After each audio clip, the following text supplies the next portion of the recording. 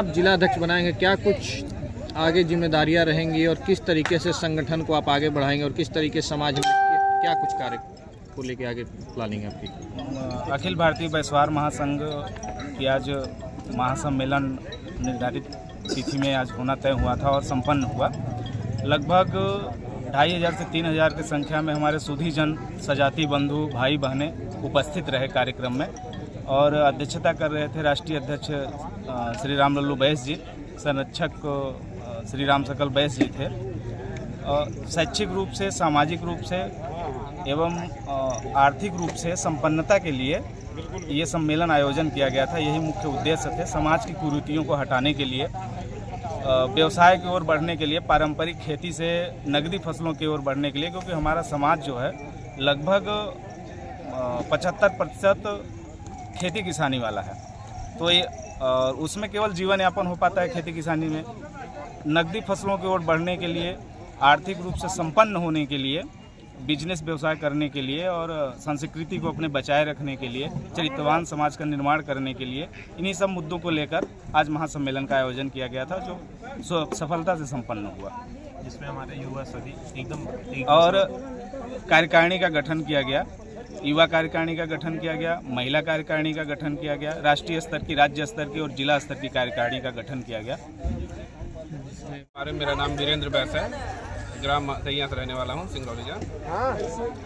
क्या है कि ये बैसवार महासम्मेलन जो हुआ है, ये कार्य हुआ है कि हमारी जो समाज की जो कमज़ोर होती जा रही है, हमारी बैस समाज जो है बहुत ही, एक तरह से देखें तो जो आज से 10 साल पहले जो जितनी मजबूत और स्ट्रांग थी, तो वो आज धीरे धीरे बिखरती हुई जा रही है और कम होते जा रही है। इसका रीज़न क्या है कि सभी लोग जो हम लोग थे, जो ऐसे करके अलग अलग डायरेक्शन में दौड़ते रह गए, कुछ नेतागिरी की वजह से, कुछ बिजनेस के पर्पज से, कुछ किसी न किसी जलन की भावना से या क्रोध की भावना से अलग होते गए।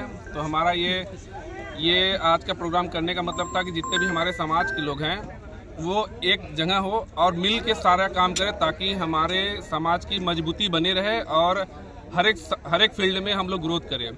जैसे बोलने का मतलब है कि आज लगभग मेरे ख्याल से 5000 लमसम हमारे समाज के लोग आए हुए हैं।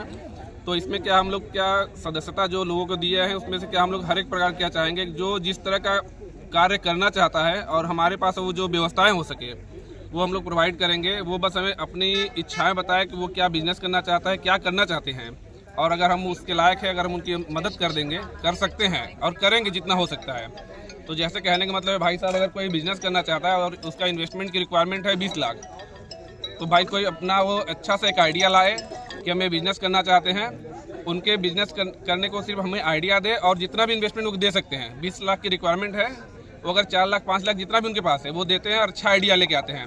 तो उनका बिजनेस डेवलप करने का जिम्मेदारी हमारे पूरे ही बैसवार संगठन की होगी। उनको उस बिजनेस को रन कराना और उसको बेनिफिट दिलाना, वो हमारी सबकी जिम्मेदारी होगी। उसमें ये क्या होगा, जितना वो कैपिटल इन्वेस्ट करेंगे उनका प्रॉफिट उनका व्यक्तिगत होगा, जो आइडिया लेके आएंगे, बाकी सारा जो प्रॉफिट आएगा, जो क्योंकि पैसा संघ यूज करेगा, वो सारा प्रॉफिट संघ में आएगा।